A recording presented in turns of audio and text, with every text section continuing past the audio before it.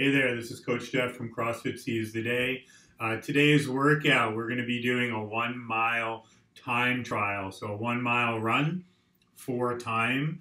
So those of you that are members that are participating in our marathon challenge, so that's each of us runs a mile and we add it up and we get a marathon time. You can use this towards your marathon challenge, or if you're just looking to get a good workout in, we're going to run a mile for time. So ideally, you're going to have some sort of an app on your phone. Under Armour makes one called Map My Run. I use one called Strava, S-T-R-A-V-A. Both will track distance, time, paces, and more information for you. So it's a good idea that you plan on having an app first on your phone to track your time and your distance. If not, but you have access to something like a track, you could just jump on a track and do 4 laps around the track and just use the timer on your phone. Right, so 1 mile run for time. We're going to make sure and warm up vigorously before we do that. You should be fairly tired, actually, and sweaty before you even consider starting the clock for your 1 mile run. Generally, when we run, it takes quite a while for the body to get ready and comfortable to move well and breathe correctly. So again, we're going to warm up pretty vigorously so that you can attack that run right out of the gate. Those of you that are really good runners, you should be looking for, a pace that you can kind of push right out of the gate.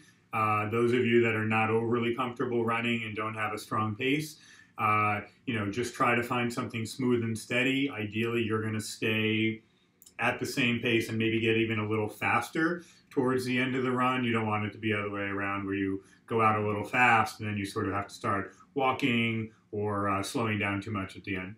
Those of you that cannot run a full mile, try to keep yourself moving at a jogging pace as much as possible. Once in a while, maybe if you need to walk for a few breaths or a few steps, you can do that if that's absolutely necessary. But see if you can't pick up that jogging pace immediately, right? Usually it's just going to take you a little time to get comfortable in the breathing. And by stopping and starting, you're actually not going to let your body get comfortable. Okay, so that'll be the first part of our workout.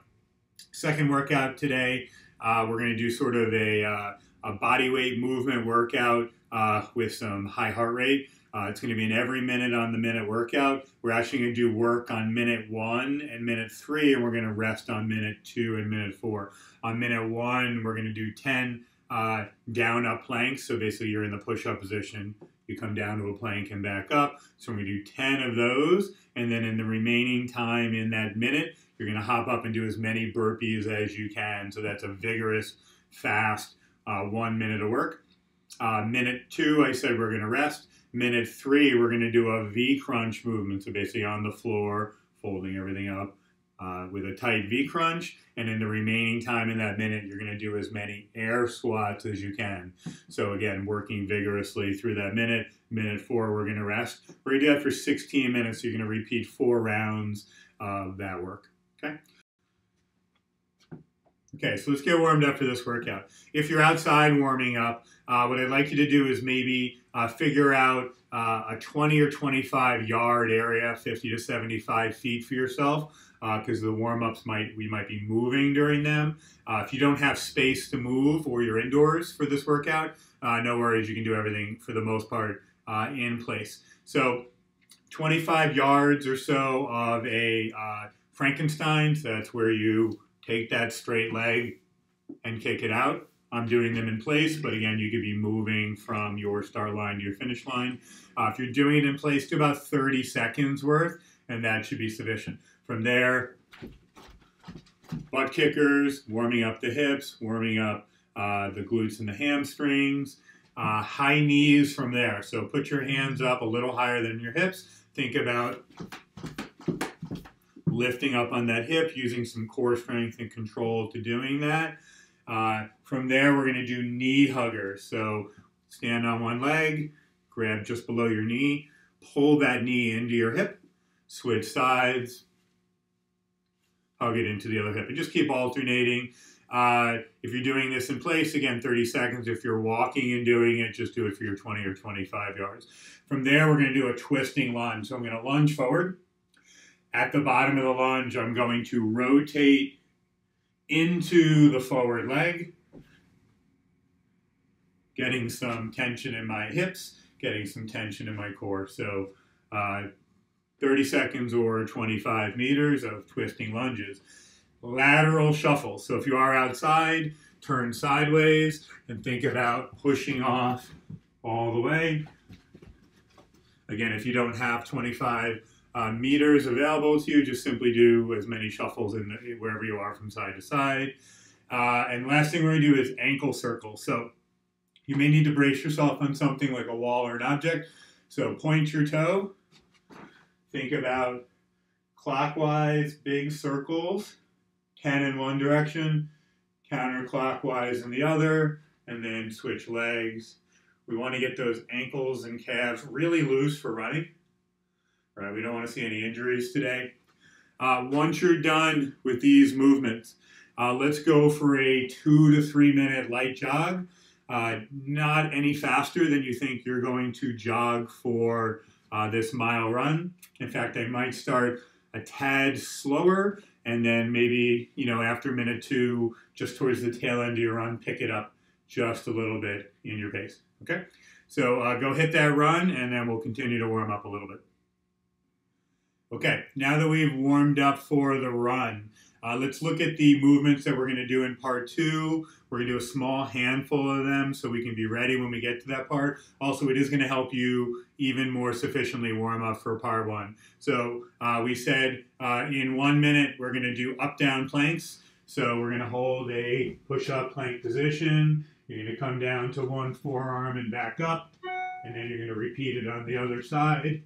I would like you to do that for a total of 10 reps, 5 on one arm, 5 leading with the other, and then you're going to give me 5 burpees. Just squat, drop, back to your feet and stand. So 10 up-down planks total, 5 burpees. From there, you're going to give me 10 V crunches. So you're going to come down on the ground in a nice, long, tight, extended position. You're going to hollow out the belly, so it means lift the chest and hips, bring everything together, bring everything back down. Make sure to hollow every time. That way you know your core is in control of the movement. So 10 of those V crunches, stand right up, and you're just going to give me 10 body weight air squats. Okay, so those are the part 2 movements. That way you get those out of the way now. By this point, you should be a little bit tired, definitely sweaty, and ready to attack that mile run. So set up your app or your stopwatch or whatever you're using. Remember the mile.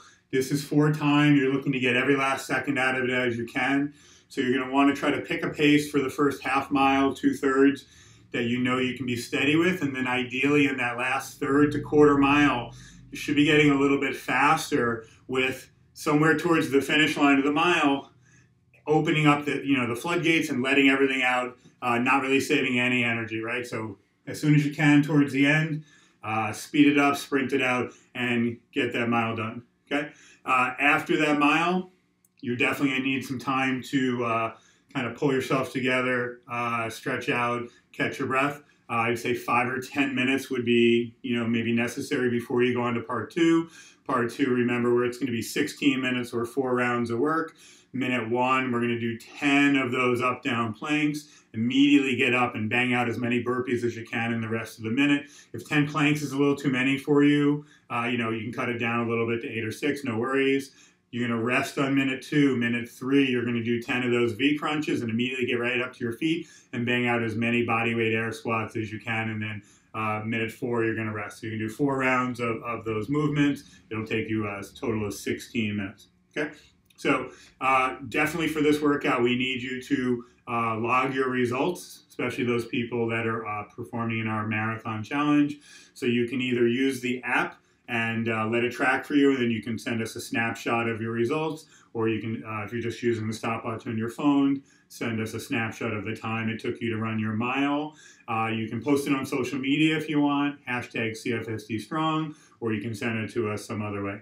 All right, so work hard today. Good for you to figure out how fast you can do a mile. In fact, it's something we're going to probably continue to work on, continue to try to get a little faster.